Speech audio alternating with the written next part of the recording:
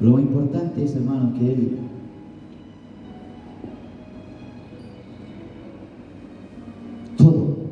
todo lo que vivió, todo lo que padeció, toda la persecución, azotes, sufrimientos, Él todo eso lo pone en una balanza. Pongan todo lo que sufrí en esta balanza. Y en la otra pongan a Cristo Jesús. Aún desde esta prisión, prefiero a Cristo. Dame a Cristo. No quiero otra cosa. Por eso, el apóstol decía, ustedes tienen de qué gloriarse, yo más. Dice. Yo tengo para gloriarme. Si el apóstol estuviera hoy acá, quizás tendría en su oficina un montón de títulos. Usted llega ahí, todos los títulos. Antes de conocer a Cristo, él era fariseo, una secta de los judíos celosos en la ley, hebreo de hebreos, de una buena tribu, ciudadano romano, hablaba griego y hebreo, tenía currículum, estaba entrenado, y él podría gloriarse en todo eso. Pero cuando él tiene el encuentro con Cristo Jesús y se revela la persona de Cristo Jesús allí cuando él va camino a Damasco, persiguiendo a Cristo Jesús, en realidad persigue a la iglesia, pero Cristo, somos el cuerpo de Cristo. Por eso Cristo le dice, a mí me persigues. Y después que él tiene ese encuentro con Cristo Jesús y queda ahí ciego, en esos 3 días, lo que debe haber trabajado el Espíritu Santo en él, lo que debe haber pasado allí, hasta que viene Ananías, ora por él y le devuelve la vista, y él comienza su nueva vida. Se encontró con Cristo Jesús. Y en ese momento todo lo que él tenía, todo lo que se había preparado, él dice algo, lo tengo por basura, lo tengo por escoria, lo tengo por desecho, con tal de ganar a Cristo. Por amor a mi Señor, lo he perdido todo. Y decía el predicador Marcos Vidal, decía, pareciera que nosotros a veces estamos hurgando en eso, lo que Pablo llama basura, lo que Pablo llama desecho. Parecía que nosotros a veces queremos seguir allí, hurgando cosas, y nos olvidamos del valor de Cristo Jesús, de lo que Él representa para nosotros. Todo lo que no nazca de un corazón absolutamente apasionado por Cristo Jesús, no sirve. También le pasó a Martín Lutero, allí por el año 1500, el gran reformador, cuando él presenta la doctrina de la justificación, por la cual la iglesia evangélica protestante se separa de la iglesia católica. Cuando él vuelve a predicar la palabra de Dios, y allí se proclaman 5 cosas importantes que nosotros lo conocemos como las solas en latín: solo Cristo, solo gracia, solo fe.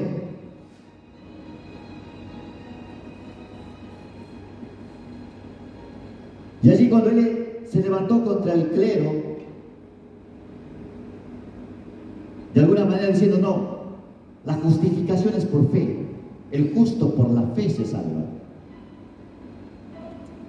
De alguna manera él estaba repitiendo lo que el apóstol Pablo escribe, pero luchando por esa doctrina. Y cuando él es interpelado por las autoridades, él estaba dispuesto a ir a la hoguera con tal de mantener su fidelidad a la doctrina de Cristo Jesús. Y cuando le preguntaron si quiere retractarse o no, él dijo, no quiero ni puedo retractarme. Mi conciencia está cautiva por la palabra de Dios. Que Dios me ayude. Dispuesto a ir hasta lo sumo, con tal de ganar a Cristo Jesús. Y parece que uno dice, qué valentía, pero más que valentía es una pasión. Es una revelación del valor de Cristo Jesús, infinito, que no tiene comparación con nada.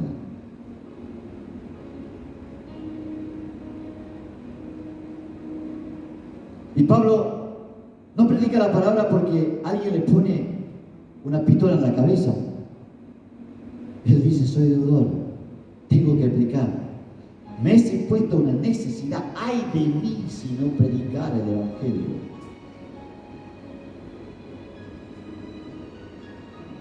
Todo lo tenía antes por basura, por la excelencia del conocimiento de Jesucristo. ¿Cuánto de eso nosotros podemos decir hoy? Por eso esta mañana, esta palabra me ha edificado a mí muchísimo.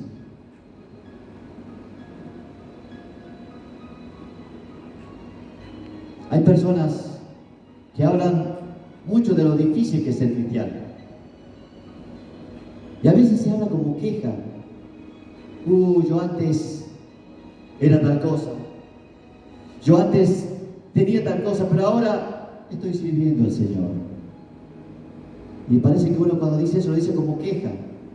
Como si uno anhelara su vida pasada. Como si uno quisiera volver a su vómito. Decía un predicador, si tanto lo echas de menos, recupera tu vida pasada. Y evítate el mal trago. Y evita que los demás hacerles escuchar tu queja. Pero nosotros no. Hemos conocido a Cristo Jesús, el tesoro, la piedra preciosa, por la cual, como decía Cristo Jesús, alguien que encuentra un tesoro vende todo y compra donde está el tesoro. Esa es nuestra posición. Y esa fue lo que Pablo empezaba. Otra vez lo repito, porque todo lo que no nazca de un auténtico corazón enamorado de Jesucristo no sirve. No sirve. Cuando uno ahonda en el conocimiento del Señor, no hace falta que te diga congregarte. A lo mejor no hace falta que te llamen, que vengas a tu célula. Cristo Jesús te abarca todo, te contriñe su amor, te atrae, es irresistible. Y anhelas más conocerlo más y más. Pablo dice, no puedo hacer otra cosa. Nace en un corazón. Todo lo que tenía. No hay nada que pese más que Cristo Jesús cuando me comparo con otra situación. Y lo dice desde la cárcel. Y lo más parecido que Pablo parece que aún desde la cárcel, cuando le dice a Timoteo, hace frío acá, a lo mejor tráeme el capote, me hace frío, y si puedes, ven a verme.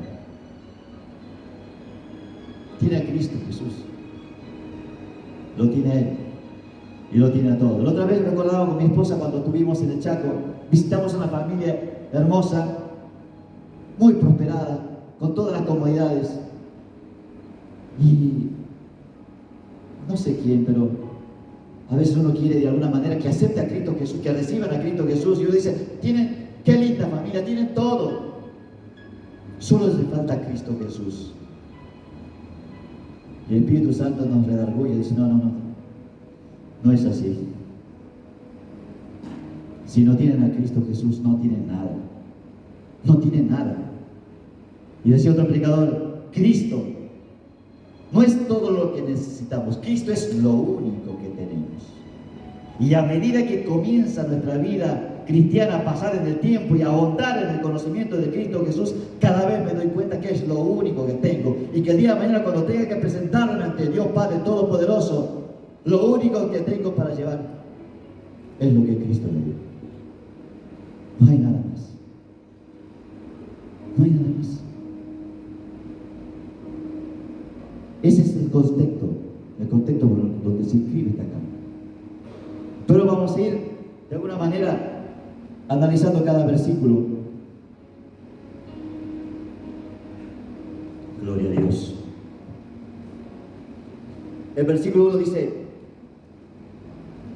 por lo demás, hermanos míos, gozaos en el Señor. La clave, ¿dónde está, hermanos? Gozaos en el Señor. La clave está, gozaos está en el Señor. Todos conocen de memoria el versículo: el gozo del Señor es nuestra fuerza, es nuestra fortaleza. Pero ¿cómo pueden regocijarse en esta situación? Quizás uno no está en una prisión fría como estaba el apóstol, pero está pasando situaciones de incomodidad, situaciones de opresión, situaciones de adversidad. Entonces, ¿cómo puedo regocijarme en esa situación? La respuesta es sencilla. La frase está allí: en el Señor. No importa lo que nos pasa, podemos regocijarnos en el Señor, en lo que Él es, en lo que Él ha decretado, en lo que Él ha hecho, en lo que Él hace y en lo que hará. Dios tiene dos atributos importantísimos que a veces nos olvidamos. Uno es la soberanía de Dios y otro es la fidelidad de Dios, un atributo moral. Dios es fiel y es soberano. Eso nos da cierta paz, cierta tranquilidad. Y es bueno y no cambia.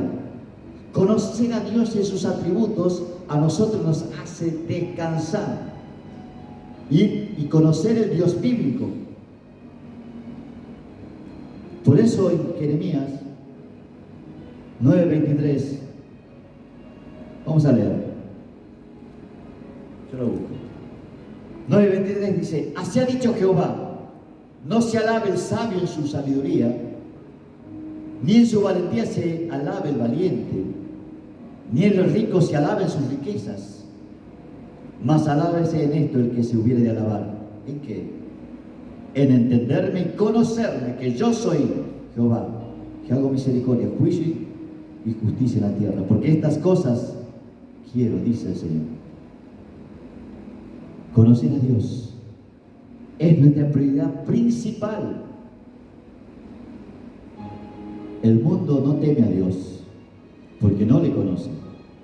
Y si alguien no tiene temor de Dios, hay un desconocimiento también de lo que es Dios. Dios tiene atributos en perfecto equilibrio, pero a veces nosotros nos enfocamos en un atributo, y está bien hacerlo en el atributo del amor de Dios, en la misericordia de Dios, en la piedad de Dios, pero Dios tiene otros atributos que están en perfecto equilibrio: la santidad de Dios, la justicia de Dios, la ira santa de Dios. También esos atributos se mantienen, y parece que en el Nuevo Testamento parecía que sus atributos no se mantienen. Dios es inmutable. Por eso en el Nuevo Testamento dice: Dios es fuego, el fuego consumidor. Entonces nuestra prioridad debe ser conocer al Señor.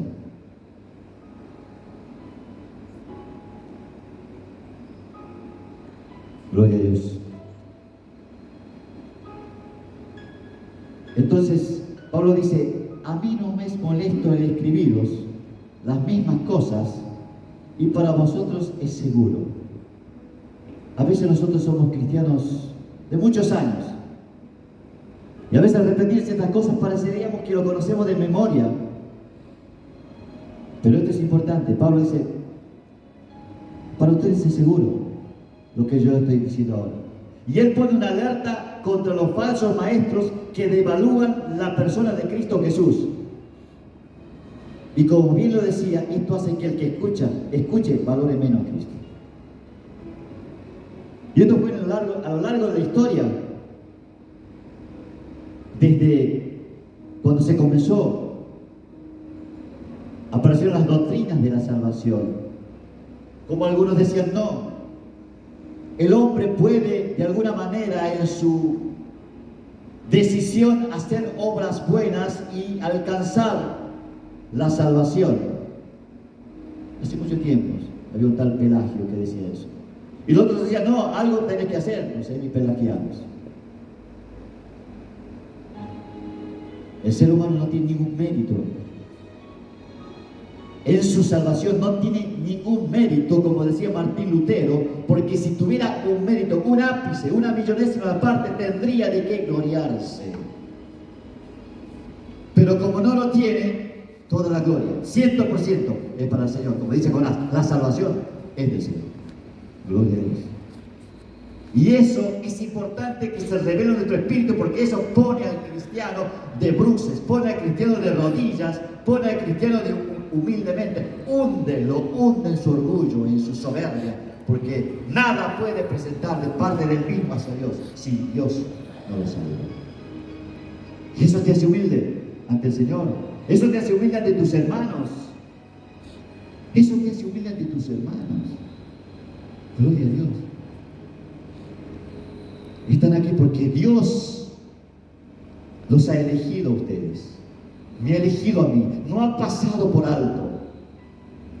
Te ha elegido para ser parte de su familia eterna.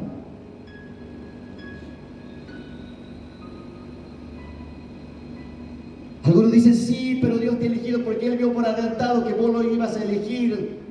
¿Acaso la criatura se puede anticipar al conocimiento de Dios? ¿Alguien puede hacer algo por adelantado que le sorprenda a Dios para que lo elija? No lo puede hacer. La criatura nunca se puede anticipar al conocimiento eterno de Dios, que es un tiempo presente para Él. Para nosotros existe el cronos, existe el tiempo, pero para Él no. Nadie se puede anticipar a Dios. Entonces decir que Dios te eligió porque vos lo ibas a elegir es una herejía más grande que una casa. Porque nadie se puede anticipar al conocimiento de Dios. Dios te eligió como lo eligió Israel, como bien dice el capítulo 9 de Romanos. Estaba en el vientre de Esaú y Jacob y no habían hecho ninguna obra. Sin embargo, Dios dijo, a Jacob amé, y a Esaú aborrecí. Pero no habían hecho nada. Nadie, ahí lo dice la palabra, ninguna obra buena. Él eligió, por su juicio inescrutable, a Jacob. Y el mismo Pablo dice en el capítulo 9 de Romanos, pues esto es injusto, acusaremos a Dios de injusto por esto. Y el mismo Pablo se contesta y dice, meganoito en griego, de ninguna manera. Él mismo responde, de ninguna manera. Dios, en su potestad, puede hacer pasos de honra y pasos de deshonra. Es tremendo, hermanos. Esta doctrina te lleva a valorar la persona de Cristo Jesús. Él es todo. Y Pablo está diciendo, hermanos, hay judíos y judaizantes, una de las herejías, que decían, sí, Cristo, sí, hay que creer en Cristo para ser salvo, pero también hay que circuncidarse, también hay que hacer otras obras. Y el apóstol Pablo está diciendo, no, porque si hay que hacer algo más de la obra que Cristo Jesús hizo, me están diciendo que Cristo no es suficiente. Y por eso Pablo dijo, tengo que actuar, tengo que alertar a mis hermanos. Por eso él dice otra vez, dice, el diablo y el mundo siempre buscan desviarnos de Cristo a lo de menor importancia. Ese es el trabajo del enemigo.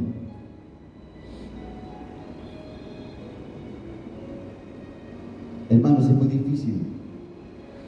Es muy difícil aprender y es más difícil practicar.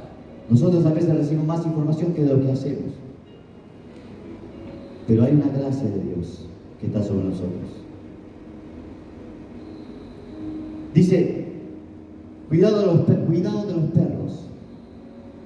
Y Pablo les llama de esa manera a estos falsos maestros que trataban de meter la ley haciendo insuficiente la obra de Cristo Jesús, restando valor a Cristo Jesús, lo que a Pablo no le gustaba.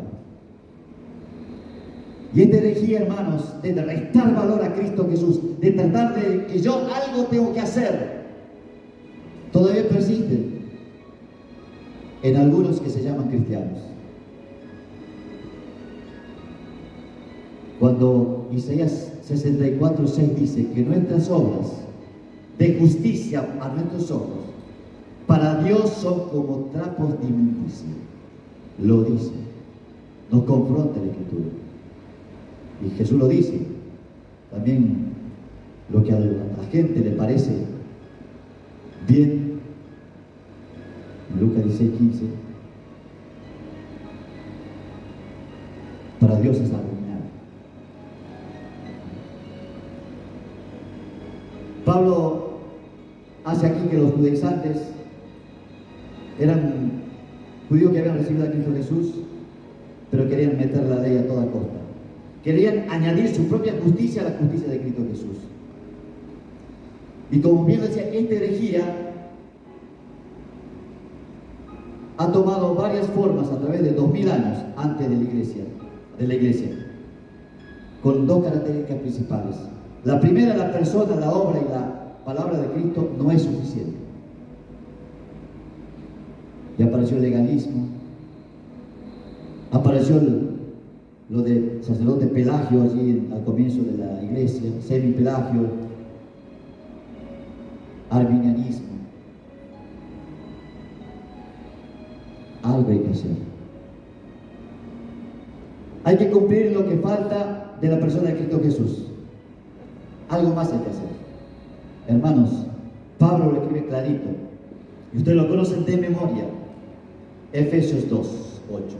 Lo conocen de memoria, porque por gracia sois salvos, por medio de la fe. Y esto no es de ustedes, esto es un don de Dios. No por obra, para que nadie se gloríe y nadie se jacte en su presencia, como dice, lo escribe a los Corintios, cuando él habla de que Dios escoge lo que no es para que sea. Lo posterior, lo vil del mundo, para avergonzar a lo que se dice en Salmos, para que nadie se jacte en su presencia. Bien lo dice Timoteo, también Tito, cuando dice: ustedes han sido salvados por gracia, no por obras de misericordia, sino por gracia y misericordia de Dios. Gloria a Dios por eso. Y así en nuestro contexto, el legalismo, entró el legalismo en las iglesias, entró la psicología. Cuando nosotros donde la Escritura dice que toda palabra es inspirada por Dios, toda, y suficiente para que el ser humano pueda ser conformado a la imagen de Cristo Jesús. No hace falta psicología, no hace falta sociología, no hace falta meter nada más, es suficiente. Esa es una de las doctrinas que nosotros como cristianos evangélicos lo asimilamos, la suficiencia inerrable de las Escrituras. La Escritura está por sobre lo demás. Hermanos, la persona de Cristo es suficiente, la obra de Cristo es suficiente. Él dijo en la cruz del Calvario: consumado es, todo está hecho. Y ciertamente la palabra de Cristo es suficiente. Pablo describe a los falsos maestros usando términos muy fuertes, como llamando perros. En la época de Palestina, la palabra perros era una palabra, no se consideraban como animales nobles a los perros en esa época. Eran animales de la calle, comían basura, eran violentos, transmitían rabia, no había vacunas, transmitían otras enfermedades. Era una forma despectiva de llamar perros. Y Pablo los llama de esa manera porque la enseñanza de los judaizantes era como basura. Era como basura. La doctrina era basura y las enseñanzas contagiaban la rabia y la gangrena espiritual. Cualquier persona que enseña a otros a devaluar a Cristo Jesús, la obra de Cristo Jesús, a los ojos de Pablo era digna de menosprecio. Y así sigue. Hermanos, para ir terminando en esta meditación,